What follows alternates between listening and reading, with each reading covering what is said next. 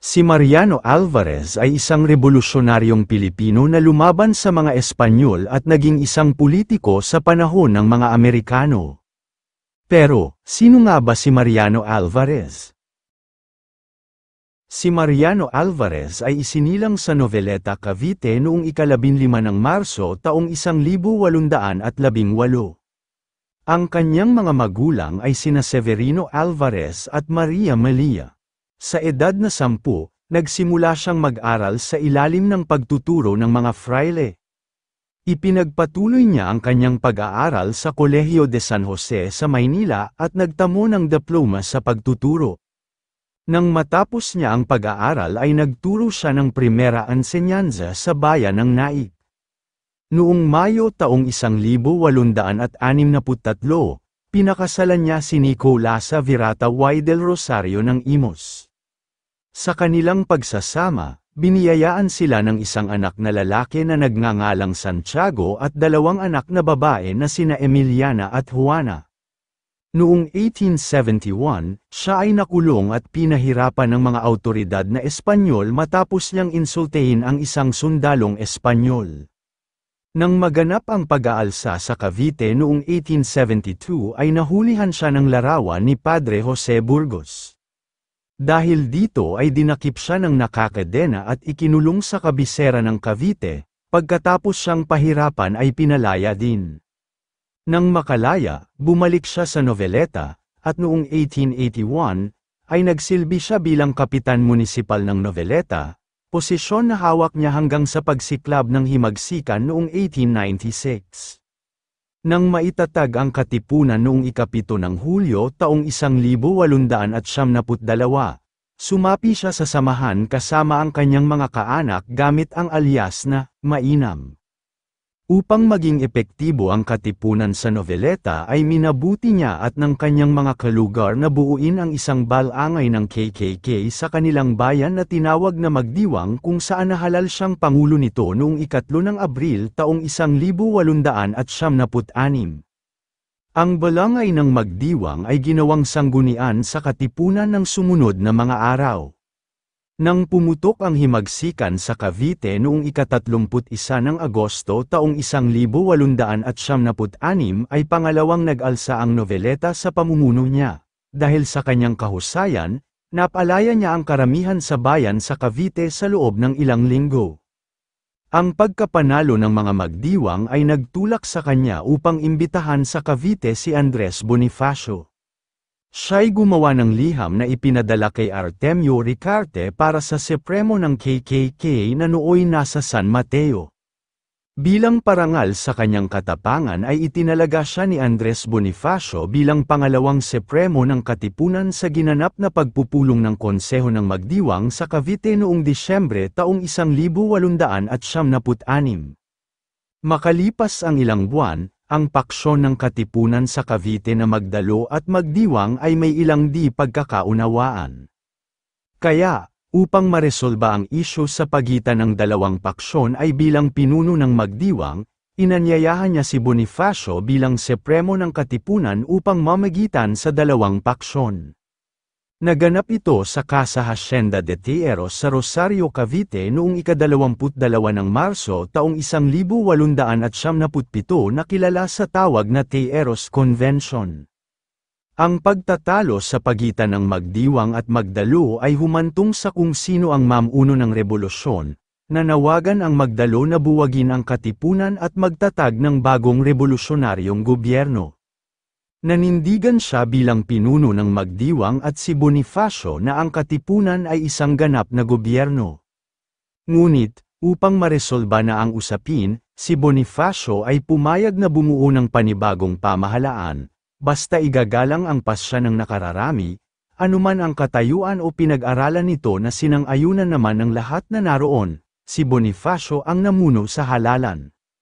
Sa halalang naganap, ang naluklak na pangulo ay si Aguinaldo, pangalawang pangulo si Mariano Trias, Kapitan General si Artemio Ricarte, Direktor ng Digmaan si Emiliano Riego de Dios at Direktor na Panloob si Bonifacio. Tumutol si Daniel Tirona sa pagkakahalal kay Bonifacio bilang Direktor na Panloob dahil ayon kay Tirona, Hindi siya abogado at mas mataas raw ang pinag-aralan ni Jose del Rosario kaysa sa kanya at hindi niya kaya ang tungkulin. Nagdamdam at lubos na ikinagalit ito ni Bonifacio at hiningi nito na humingi si Tirona ng tawad, ngunit hindi ito sinunod ni Tirona. Sa galit ni Bonifacio ay isinigaw niyang bilang Supremo ng Katipunan ay ipinawawalang saysay niya ang mga nangyari sa kumbensyon at umalis kasama ng kanyang mga tagasunod.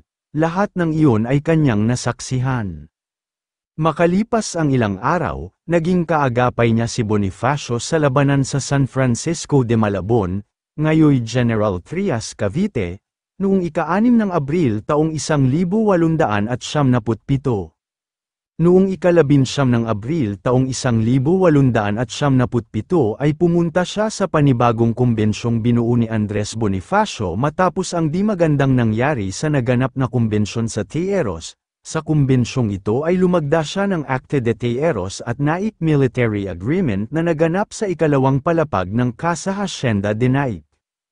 Nalaman ni Aguinaldo ang naganap na pagpupulong na nagdulot ng hindi pagkakaunawaan sa pagitan ni Bonifacio at Aguinaldo na naging dahilan upang mapaslang si Bonifacio noong ika-10 ng Mayo taong 1897.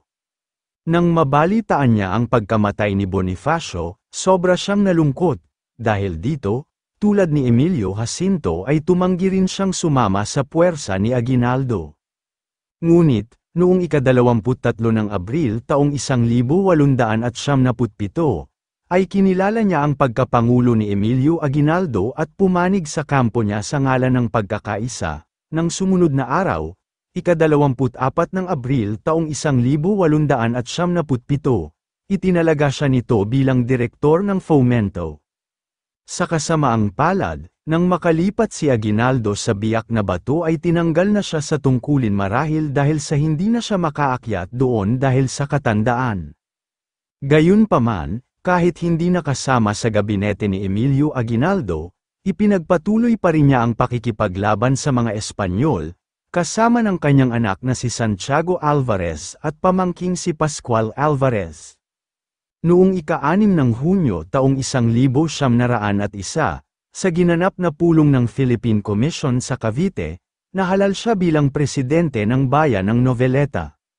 Sa kanyang panahon na organisa ang pagtatayo ng pamilihang bayan at ng sementeryong pambayan, siya rin ang dahilan kung bakit napunta sa Noveleta ang baryo ng San Juan na dating nasa jurisdiksyon ng Kawit.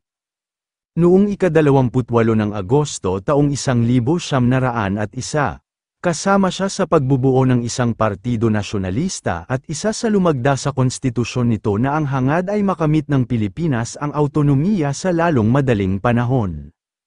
Noong 1902, isa siya sa tagapagtatag ng Iglesia Filipina Independiente sa Noveleta at naging masugid na kasapi nito. Matapos ang kanyang termino bilang Pangulo ng Bayan ng Noveleta, nagretiro siya at iniukol ang natitira niyang buhay sa pagsasaka at pagbabasa ng mga aklat tulad ng 12 Pares de Francia at 7 Infantes de Lara. Pumanaw siya noong ika-25 ng Agosto taong 1924 sa sakit na chronic rheumatism sa edad na 106. Bilang pagkilala sa kanyang kabayanihan, sa bisa ng Batas Pambansa bilang 75, ipinangalan sa kanya ang binuong bayan sa Cavite na General Mariano Alvarez, o GMA Cavite, noong ika-13 ng Hunyo taong 1980. Noong 2004, ipinangalan naman sa kanya ang nag-iisang Cyclone-class patrol vessel ng Philippine Navy na mula sa Estados Unidos, ang BRP General Mariano Alvarez. Kung kayo ay aking tatanungin, anong masasabi ninyo sa talambuhay na ito, mag-comment lang. So, ayun lamang ang talambuhay natin ngayong araw, sana ay may natutunan kayo. Huwag na rin kalimutang mag-like at mag-subscribe para maging updated sa mga panibagong video. Maraming salamat po.